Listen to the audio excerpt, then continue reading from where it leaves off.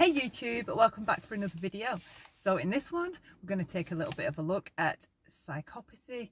Everyone's running around the place calling everyone psychotic, they're crazy, they're a psychopath, they're psychopathic, we're all psycho.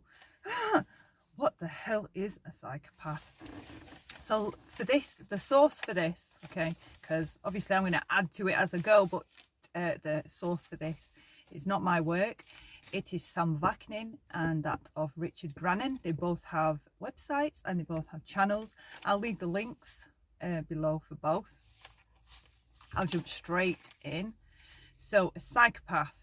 Now we can look at the DSM and we can see the criteria. We can read about how no remorse, no remorse, no empathy. But it doesn't really explain how they think, how they operate. We don't get any more information. And there's different schools of thought that slightly vary on what they say constitutes as a psychopath. There's different specialists, psychologists doing research all the time. So there's always new information coming out or things being tweaked. And I know myself from the community I'm in, I've been there for the last 6 years in the narcissistic abuse survivors community. And just in that community alone, the headway and the new research and the new knowledge and the things that we know now that we didn't know then is just of epic proportions. There's so much we know now, but the problem is, if you just put in a normal search on Google, perhaps it doesn't really necessarily pull all that up. So not all of us are on the same page when it comes to personality disorders, because even though it is in books, it's not necessarily in mainstream books that everyone is going to have access to or know to look up, for example.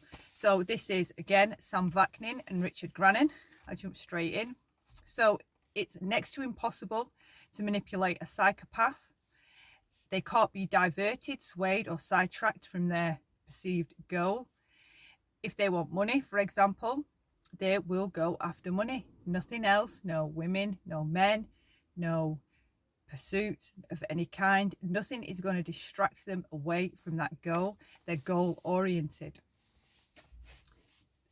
And using the money angle, because if it's the money that they want, if that's the perceived goal, and what comes with that goal, may it be prestige or power or control, for example, there's no substitute you could offer a psychopath to say, you know, instead of taking all my money and the power and control that comes with it, how about you take this little bit of something else? No, if it's money they want, it's money that they're going to be going after. They've also, they don't delay gratifications. Okay, so the gratification that they would receive from the money, if you're going to be holding up the money or you're in the way, you're getting in the way of them getting to that money, that goal, reaching that goal, you're going to be met with a lot of aggression and possible violence. They've no impulse control, so you getting in the way of their gratification, it's a dangerous thing to try and do. Okay, do not attempt it. They don't need narcissistic supply, so you can't flatter them, okay, to try and slow them down or sidetrack them, distract them.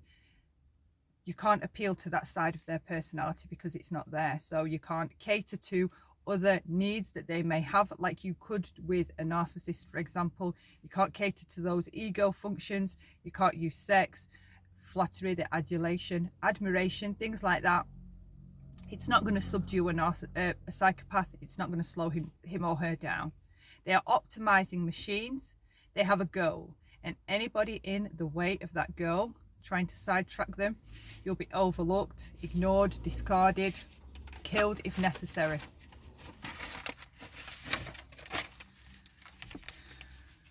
And that's it. They get to the goal. Psychopaths, for me personally, and I've read other schools of thought that also tend to lean towards this side, you know, from other scholars, they lean towards that angle that they are next to impossible to manipulate.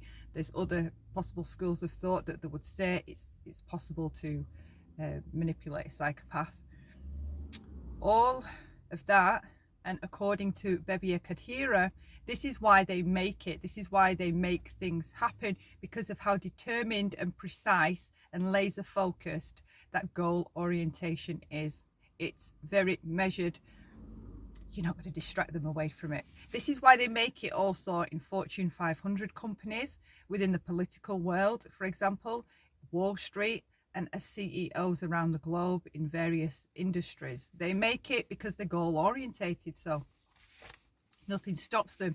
And me personally, I think if I could just steal that trait out of their personality, the way that they're so goal driven so hard towards that goal, not necessarily obviously they're hurting other people to get to it, but they don't lose focus. That's I like that that trait. So narcissists have many weaknesses, many. There's lots of holes within their disorder that make them vulnerable, okay? They can be duped, you can fool them, you can counter manipulate them if you know what you're doing. They're very naive as well, so they're possible to fool. You'll get them falling for pyramid, you know, those money making schemes, get rich quick schemes. They tend to fall for those a lot because they are naive. Just so naive, a lot of them. And also it's possible that a narcissist, you know, they would pinpoint a target, assume that target to be a perfect target, prime target, move in, and weeks or months down the line they could come to find out that it's actually another narcissist they've been dating the whole time. So again, with the narcissist, you can flatter him or her to persuade him. You can manage them if necessary. I think you can, in some cases or in some instances, depending what the scenario is, you can manage them. The narcissist is a watered down psychopath. I've referred to them as a poor man's psychopath. To get a psychopath to be compliant, you would have to look at adjusting the external power dynamics. That's more of importance rather than their internal dynamic. So, for example, an internal dynamic, you may be able to use affection, your looks, emotions, appeal to their ego with the adulation and admiration to manipulate them. A psychopath learns the levels of power and how to elevate from that. If you wanted to get a psychopath to be compliant, you'd have to look at those external power dynamics. So again, if we go back to the money, what alternative can you show or give a psychopath that's going to distract him from his goal of money? That's why it's much more difficult. There's not ways around how you can divert a psychopath. As Sam Vaknin says, if you have one, you're dealing with a psychopath, you pretty much have two options: to manage them by cooperating, or to stop them by having them locked up somehow, or getting shut of them, getting rid of them in any other reasonable or humane way. But I won't hold my breath while you try to come up with a humane way to get rid of a psychopath that's got you locked in on target. Most of us would likely conform to a psychopath by becoming employees under a psychopathic boss, help him or her make their money. And again, back to the scholar Bebia Kadhira, he did some small research and found 3.6% of all Fortune 500 companies, their chief executive officers were diagnosed as official clinical psychopaths. Scary. So a narcissist, where you could manipulate with attention or choose to withhold the energy in order to deter them, change their direction or slow them down. Not so for the psychopath. They do not care for attention. They have no need for any narcissistic fuel or supply. Absolutely none. I want to make that crystal clear. None. There's no need for any narcissistic supply. They do not care for admiration, adulation, flattery, charm, or anything of that nature. The psychopath is not reliant on anybody. They want money and power only. They may, for example, Notice on YouTube, views and subs equal money. So take it for that reason that they would set up a YouTube channel. Whereas, so they would leverage the people to fulfill that goal of money. Whereas the narcissist would primarily be running a YouTube channel for the adulation, the admiration, the fawning, the appeasing, the pleasing, the praise, all of that kind, the flattery, all of it. The money would be considered more of a bonus. They need that fuel. They need people's output to emotionally regulate themselves, whereas the psychopath doesn't need any emotionally regulating. A narcissist wants the viewer's output, and the psychopath gives zero cares about any output from the viewer except what you're letting go of from your purse.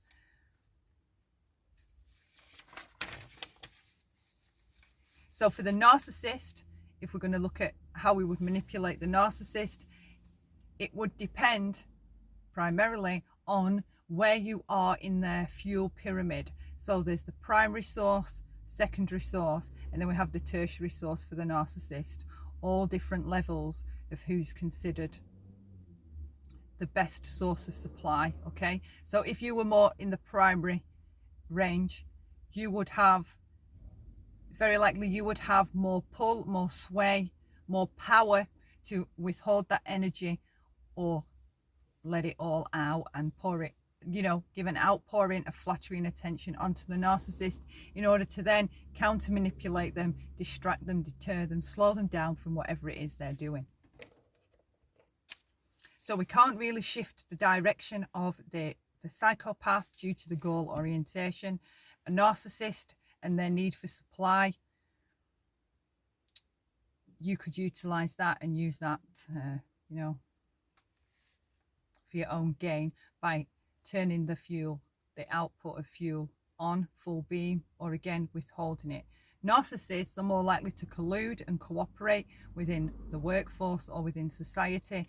They are pro-social, whereas the psychopath, antisocial. The narcissist will be anywhere there are human beings. They need human contact to make it through the day, through the week. So anywhere where there's loads of people with an element of vulnerability, so say like the humanitarian sector, charities, children, dating sites, social media, because there's a lot of people that do go on social media that don't tend to go out in real life.